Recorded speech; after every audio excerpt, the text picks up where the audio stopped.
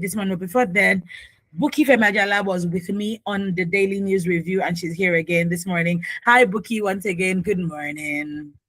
Yes, good morning. And how do you feel? Much better? I feel much better, yes. I'm itching a bit, but yeah, It I is feel much well. better. Thank you. Thank you so much. All right. All right, Welcome. let's just get into it while we wait for the ladies. Ibinabo. Oh, Ibinabo has joined us. We missed her so much. Good morning, Ibinabo. How are you? Hey, good morning, ladies. Beautiful ladies Good of morning. You're welcome. What did you bring for us? Yes, so what did you bring for us? Ayọ̀ àti àlàáfíà. Amen. You're not that. You're gogoni Baba Barry. Oluwasho. You're welcome. Welcome. Thank you. I miss you guys too. Thank Yeah, you. we missed you too. This week was quite interesting, the different topics that we had. We especially missed you yesterday because we knew that actually for the pastor one, Abibuki Ibinaba would have come in all guns blazing. Abio. He would have come in all guns blazing, but today is another day to, give our 2 cents on different topical issues this morning. We're going to start off with this one. I'm even wait. I don't want to go to the other one first because I'm waiting for Susan to join us for the second one. This one, this week we saw that CEO Luminee and Baba Ijesha just had a baby. Now, if you recall, Baba Ijesha was imprisoned, was convicted, arrested and convicted last year, 2 years ago. No. About 3 years ago for assault. In mind, I think she does have a daughter as well. So I don't know. World we've seen documentaries and movies where women found themselves to be in love with people on the death row or convicted hard criminals, and they even go ahead to marry them. I don't know. This one is not Stockholm syndrome. I don't know what syndrome we will call this, but definitely she's not going to be the first person to do this. Definitely she's not going to be the last person to do this. But how do you, is it that we don't have self-respect as women? What is going on in our minds? I don't know. I honestly don't have the words for this. So maybe the ladies can do this for us this morning. Before we go ahead, we are live on YouTube at WFM 917 and you can listen on the go via our website www.wfm917.com. Since Ibinabo hasn't been around for like a couple of days, I will let her start this conversation this morning.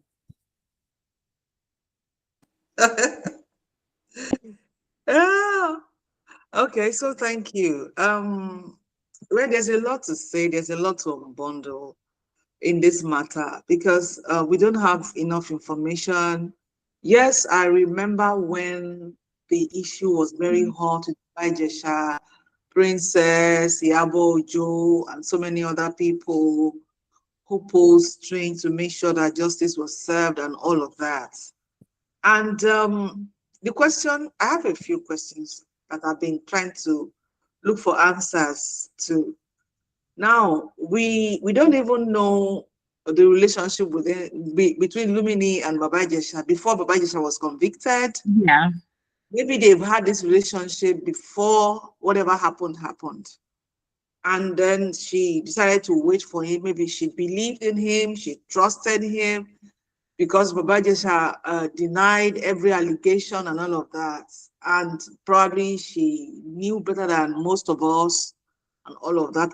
And another thing is, there are times that you have a relationship with somebody and you want to forgive that person. Maybe the person owned up to, maybe the person took responsibility and all of that. But what I would say is this: as adults, we have the right to choose our partners, even when others strongly disagree with that choice. Mm-hmm. It's understandable why people have strong reactions when the past conviction involves, an offense against a child. Many people see that as fundamentally different from less serious crimes.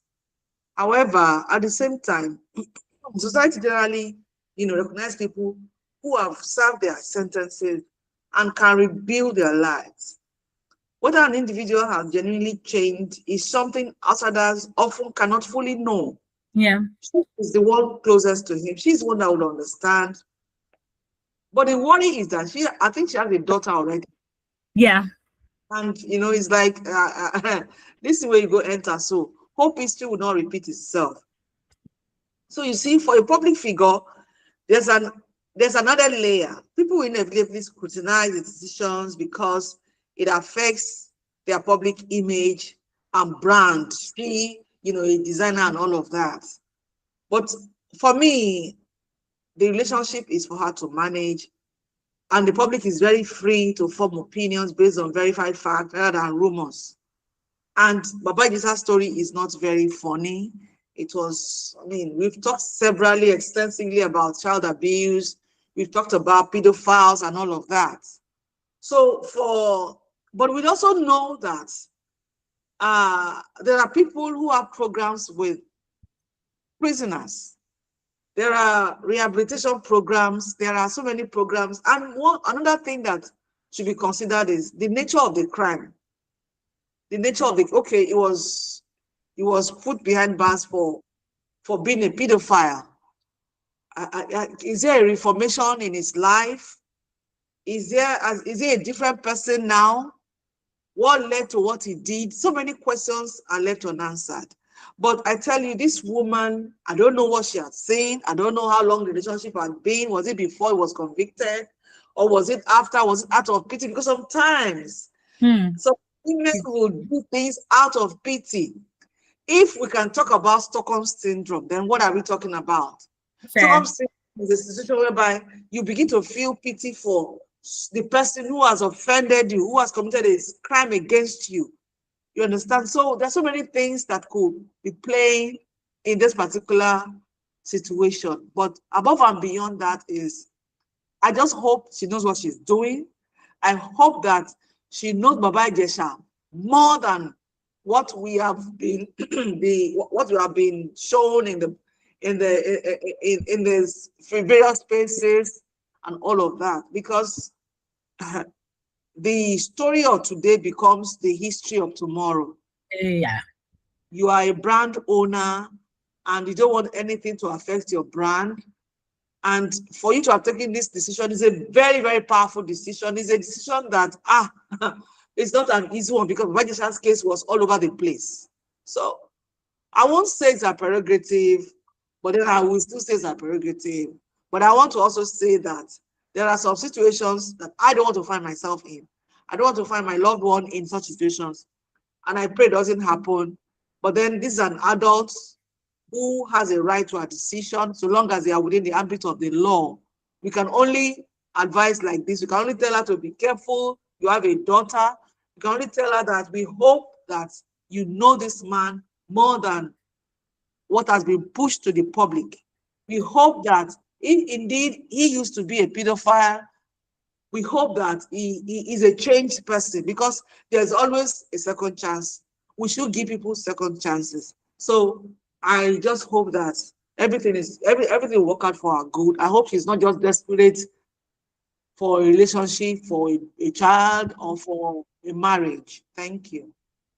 Thank you so much. Buki, over to you. Is this Baba said something that we give, like, we should give second chances, and this is a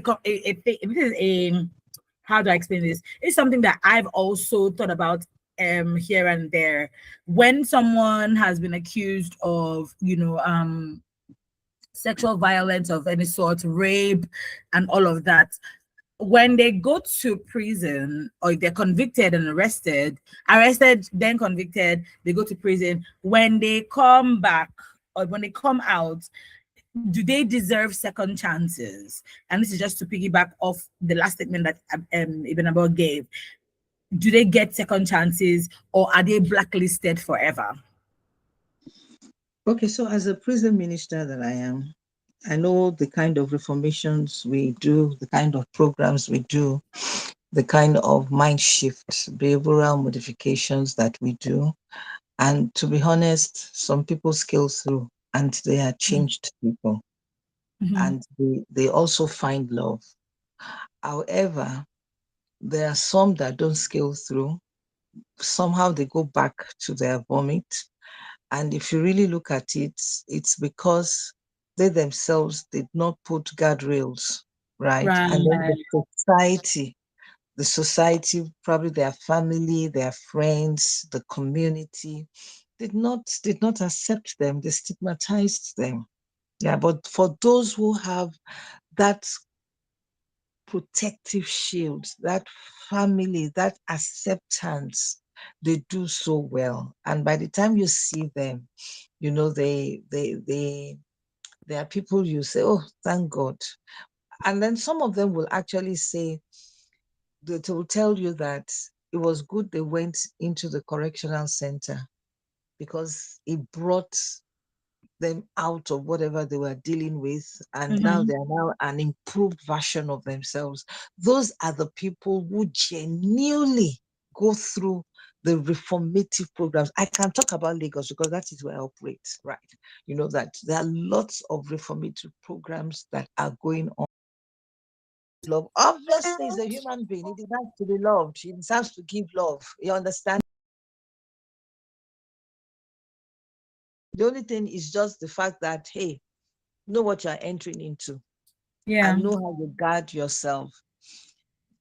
There are some things people do for love. Do you know that some people, they will know you are a thief, they will still marry you? Yeah. Excuse me? Yeah, yeah.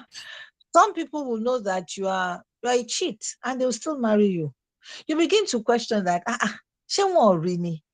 It is Yeah. because you have values. Just like Ibn Abba mentioned, she does not pray to be in that situation. And I do not pray to be in that situation. It's not a choice. It's not even a thought that I will consider. Why? Because that's my value. Your values guide you. Your values guide you in terms of your decisions that you take. In our own case, maybe that is not it. She's seen something else. Possibly Baba Jabu is a likable person.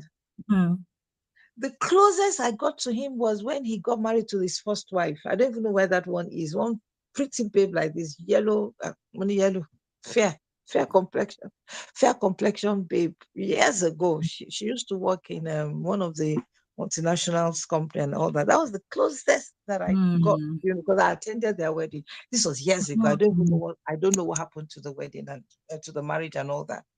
It's possible because for us it was like, what did these five babes see in this? Yeah. What are you looking for in a man? If you can say it, sometimes, that's why they say love is blind. If you are looking for somebody who will be there just to, pamper you, tell you lovely things, but Baba Debu is a joker, he cracks jokes, Amuludu. I think if that is what you want, you'll be lacking it, and you see somebody that wants to give it to you, easily you will fall for such a person, right? So it's possible the lady lacks some things, and she sees these things in Baba Ijebu. Alele, Shebi is out. He deserves to be loved. He deserves to give love. So it's their own prerogative, like Ibn Abbas said. The only thing is just to shine your eye, put the guardrails and all that. I don't doubt it that Baba Jebu has not changed. Um, I don't know the process you went through, Yeah. and all that. Yeah. And, God gives people second chances. That's the truth. You won't say because, hey, he has done this, and then you will just block everything. You will have to you'll be full of wisdom in dealing with such a person, because you have to observe.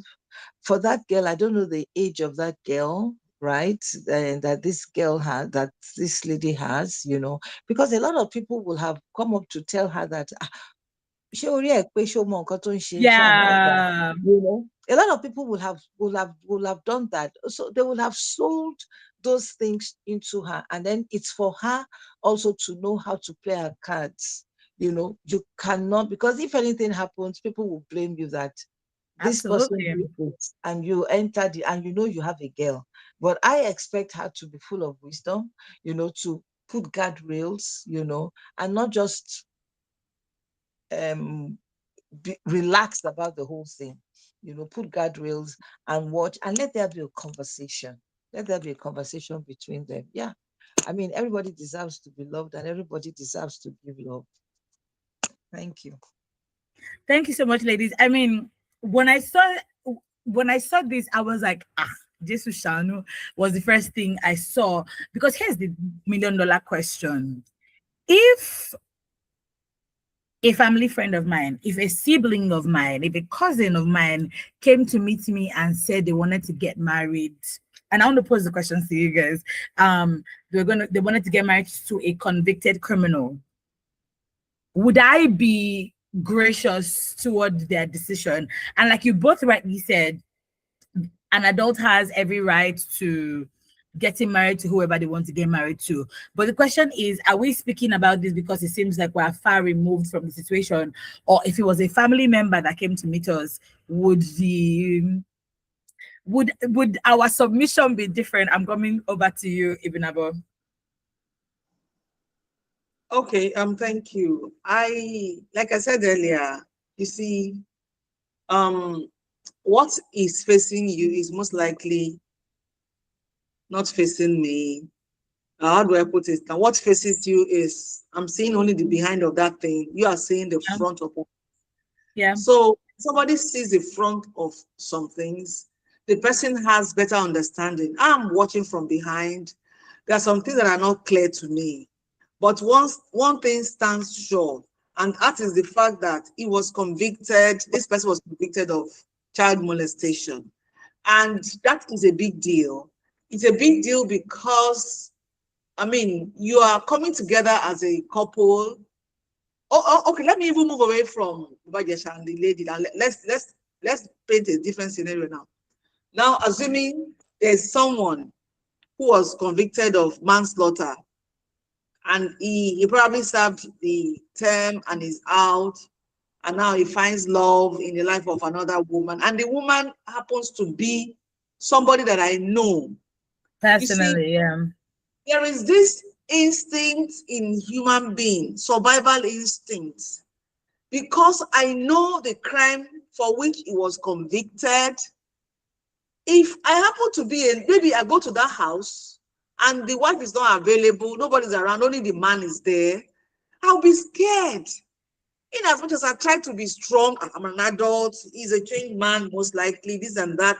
But the fact that there was something he did that took somebody else's life, as a human being, that survival instinct in me will begin to want to run, want to maybe give an excuse to leave that place.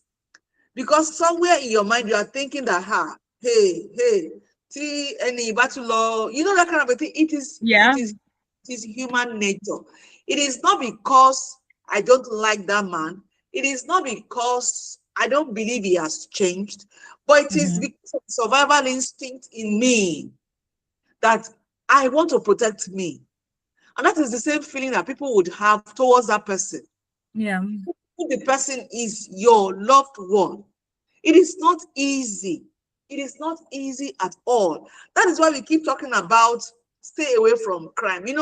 When a person is yet to be convicted, somehow, maybe it is foolish, maybe it is whatever it is, you still see the person as innocent. You still see the person as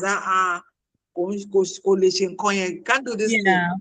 But once a person is convicted and put behind bars, there is some kind of people. It would take probably a professional, a psychologist to be more comfortable with that person, because the person understands the core human nature. Me, I'm not a psychologist. Yes, as part of course, one person will study the periphery of it. But what I would say is that everybody should try as much as possible to stay out of crime.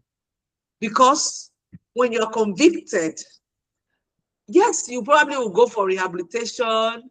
You probably are a changed person, but it will take a while. a long while for people to realize that you are actually different than that person then. You are a changed person.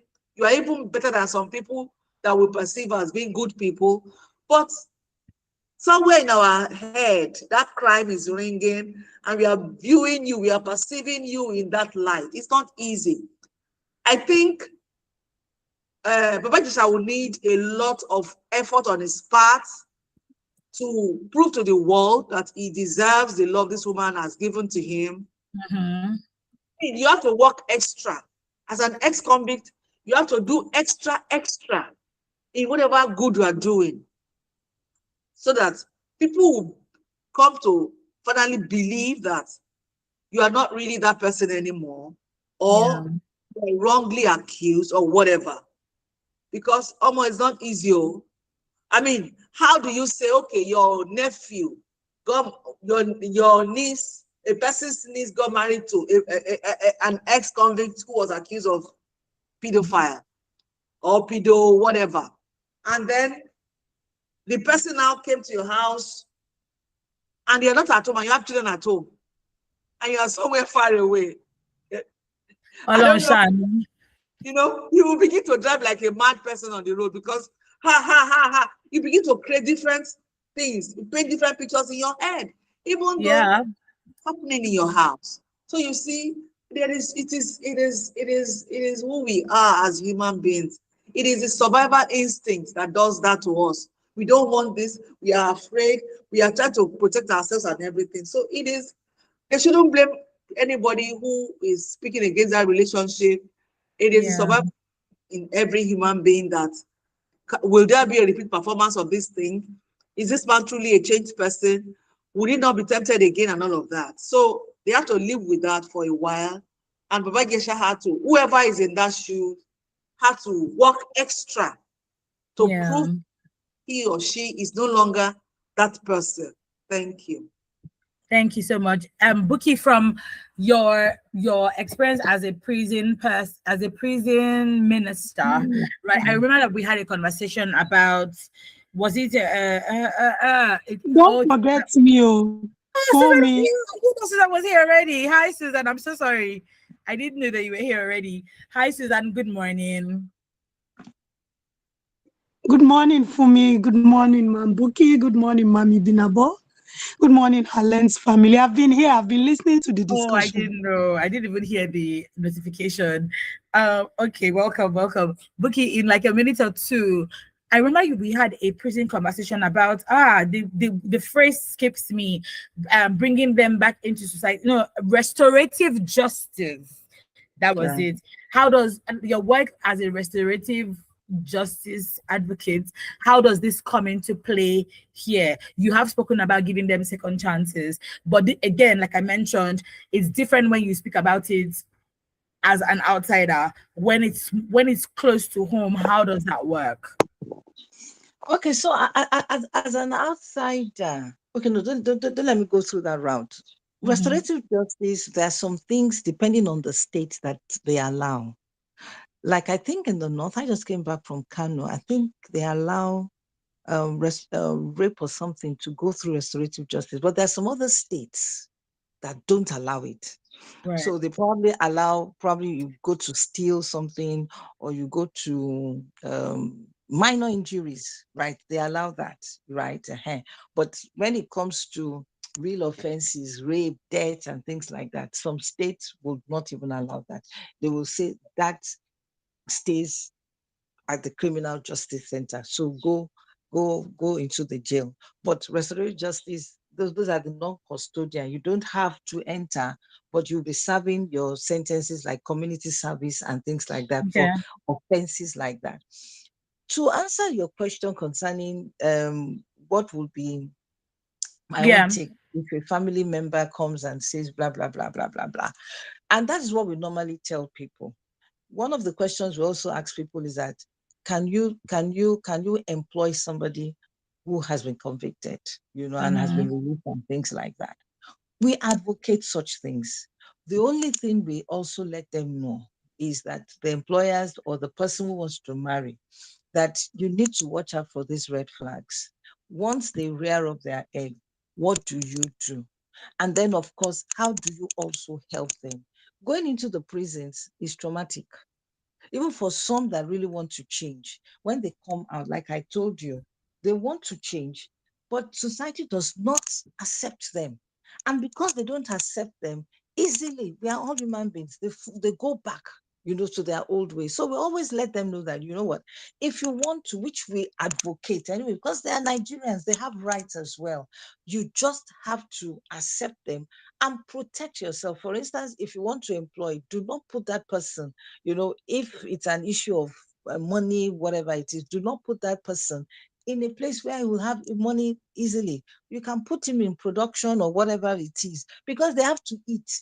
And that's why most of them do not even have jobs. They now have to go, and start doing businesses. But, they've been out of the society for a long time. So even to do business is wahala. So even when you set them up, because they don't even know how the things operate and all that, nobody. So the most important thing is because they will come out.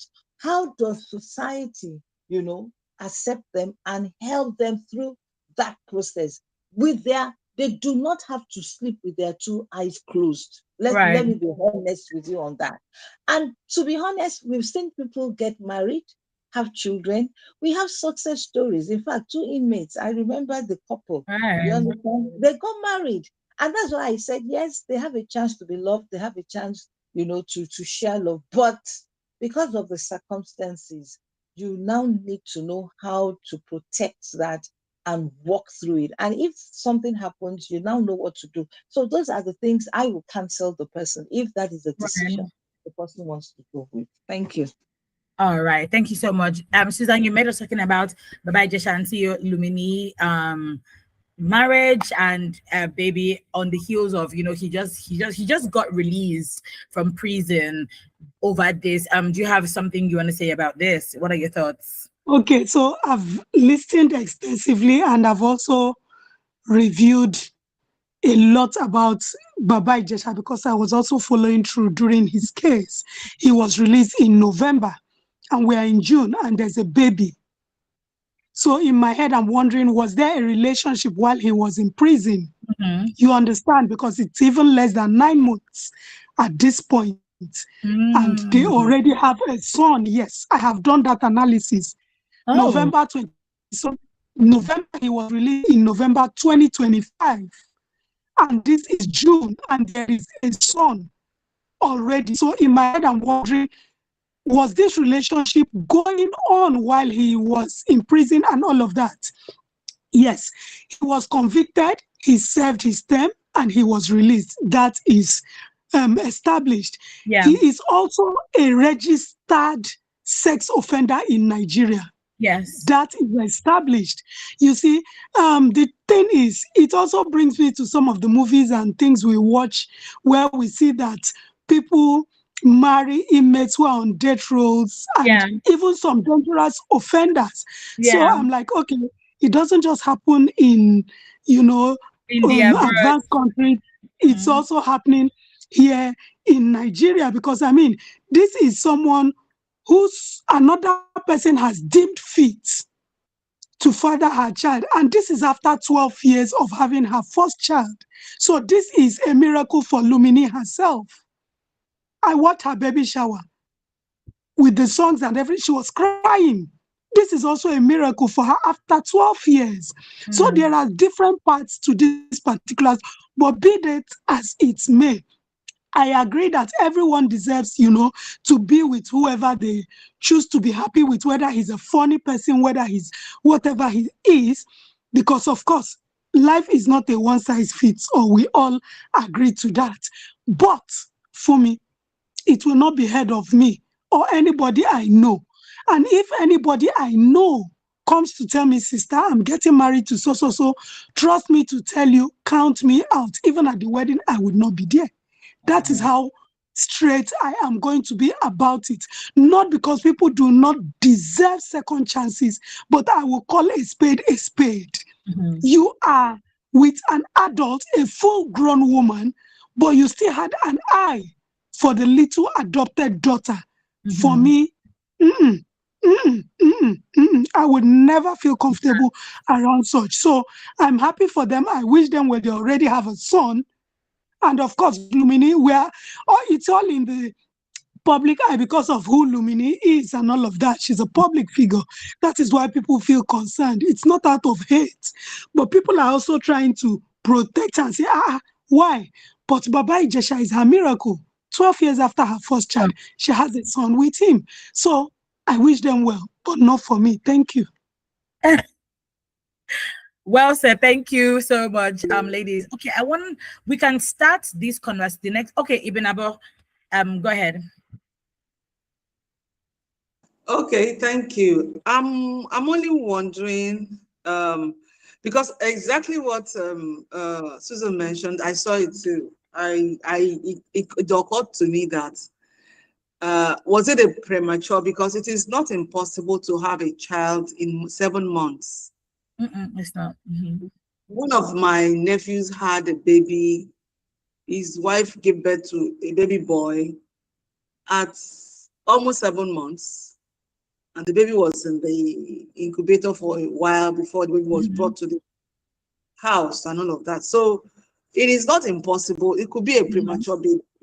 And of course, I think in some cases, maybe in Nigeria, maybe they allow conjugal visits. You understand? Maybe you are allowed to mate with your hobo inside. I don't know. But when I saw that story, what came to my mind was that baby could be a premature baby. It doesn't have to be 9 months for everything to have. And then again, let's look at conjugal visits. Maybe while he was in prison, he was visiting, and then one day one of the visits turned to Bele, and now she don't born. So bottom line for me is, ladies have spoken. It is our prerogative, but I promise you, I want to tell you that she's not going to find it easy. And I want to tell Baba Ijesha that please don't shame this woman by coming up with another story of mommy. Or the woman shouldn't now say because of how the story of her baby and everything made the rounds. So if I don't press, so I'm just looking at every angle that peradventure Baba Ijesha tries it with her daughter, maybe that kind of a thing. She shouldn't sweep it under the carpet. For the sake of, I don't want to be embarrassed. People have said so much and everything. Everyone should just be of good behavior. Be at your best behavior and make sure that you prove the whole world wrong that a pedophile who has been convicted and has served his term can come out and become the best dad in the world. Please. Thank you.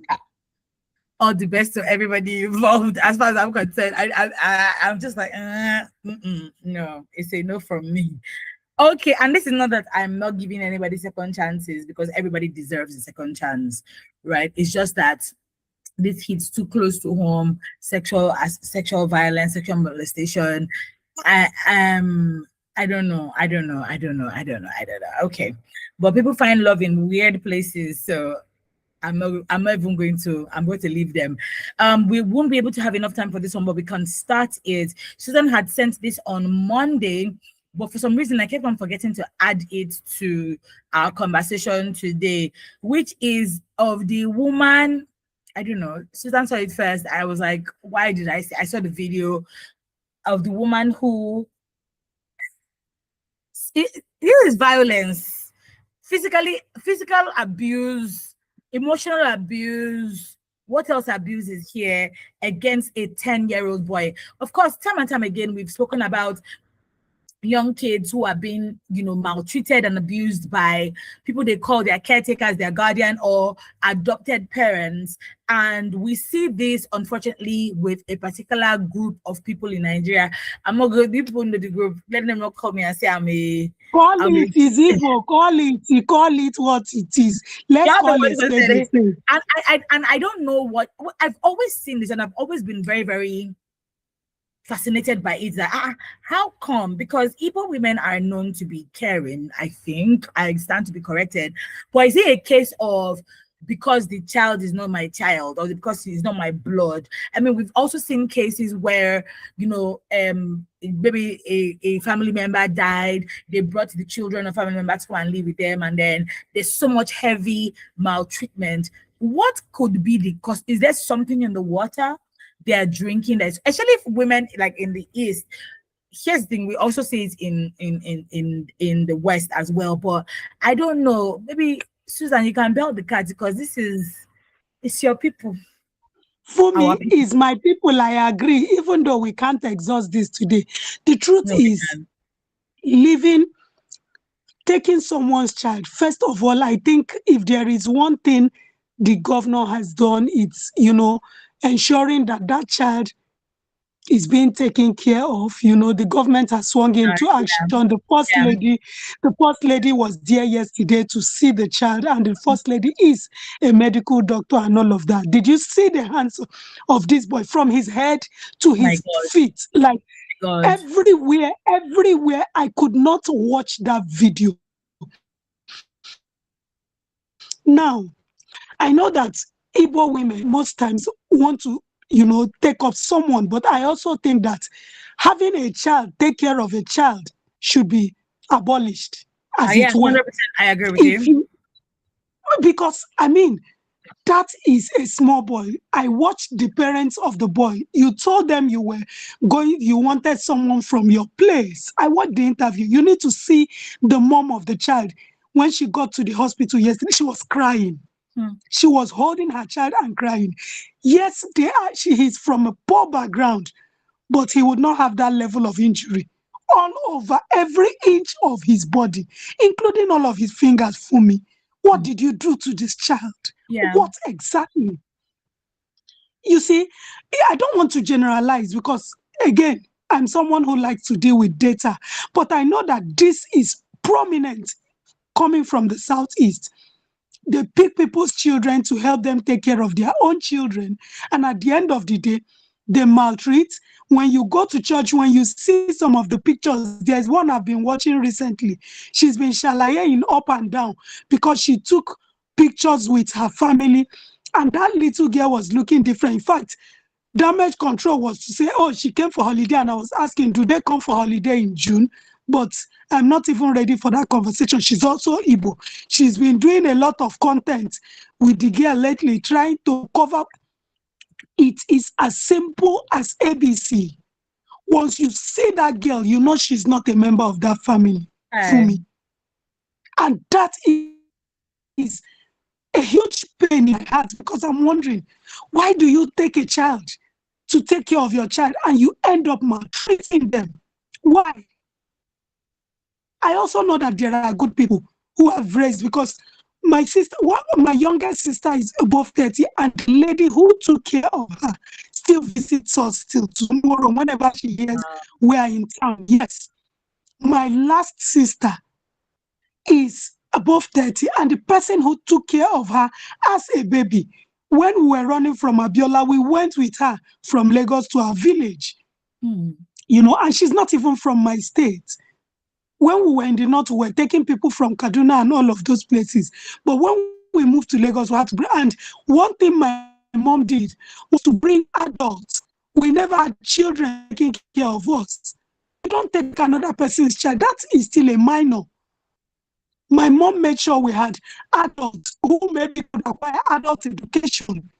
You know, so when her children come back from school, those ones go for evening school in Lagos. Lagos has all of those, you know, so those go to school in the evening. You don't bring in a child, because, I mean, it's becoming unbecoming for me. It's becoming something that needs SOS at this point, because why are you bringing in people's children? We just talked about last week, someone who locked his sister. They are also Igbos, you know. Why are we doing that? Why are we being mean to our fellow human beings? And it also goes out to any other tribe who picks up someone else to take care of your children, and you end up maltreating them, hurting them. How do you think that kind of person will be able to take care of your children? what is their state of mind? Imagine you asking that boy to wash clothes with those hands that are full of the whole of his body, his head, every single inch. And I doubt if there's anywhere there's no injury on that child. Yeah. The trauma alone, for me, we can go on and on, and of course we have the Child Rights Act that should protect a child. Why are you taking someone's child after all of those promises? Like we have always said, for me, it's not enough to bring these things to the media. We want to see that justice is served, so that the families can have closure. People who are also perpetrating such will now know that there are consequences. But when we just bring it out and it makes headlines and all of that, and after all of the sensations, we just go back and relax, nothing again. I mean, it doesn't make sense to me. Leave people's children, no matter what they are suffering, let them drink their garri in peace with their parents. Don't promise them everything and bring their children and start maltreating them. It is terrible for me. Thank you. Thank you so much. In 1 minute, we're going to have the whole of tomorrow to be able to deliberate on this, because this is something that I don't know whether it's a spiritual problem. I don't know. I think people are just plain wicked, to be honest. But Buki, in just a minute, like what would you say could be behind this? Because I don't know. I don't get it. No, of course, it's sheer wickedness. That's just it. What else again? You're a devil now, a small child, and you're doing that to a small child. Even if the child stole, it's just sheer wickedness. And because governments, right, have not come up, very strong for such things. You mentioned the Child Rights Act. I mean, how many people know about that? That's the truth. How many people know about that? If you know that this happens in a particular location, can you deal with it? You understand that nobody will be spared, whoever you are. That will send a right signal to the other people, to the other communities and things like that. Because, we don't have data, but we hear that it comes from this particular place. I'm not saying it's not in the West, you understand as well. But hey, let us begin to attack this thing appropriately. By the time you begin to arrest all of them and lock them up and do the same thing that they did to the child to them, people will begin to say, no, you don't do that, right? So for me, it's more of institutional things that will do that, because you can say, be good, be that. They've been hearing it now. They go to church. I can tell you they go to church, they hear these things. But this is where the government will have to come in now and have strong institutions concerning that, where a child knows her right, that if you have been brutally affected, call this number. Somebody will be there to come and rescue you. Oh, yes. Well said, Ibinabo. Okay. The ladies have said so much. What I want to add is that, you see, be careful of that person, whether woman or man, who has your child and will tell you, I don't like people visiting me every time because the child is with me. Hey, yes, that's a good one. When somebody says that, please, I want you, if your child is going to live with me, per second to come and be disturbing, or to come and be, yes, I actually heard a woman said that to another woman whose child was living with this woman. And I told that woman, I said, you have not seen your child. Your child is living with somebody. And she said she doesn't like you visiting every now and then. I do not allow the child to concentrate and be kiniko. I said, please, madam, go and pay your child a visit. Your hand no cut, your leg no cut. Go and pay that child a visit.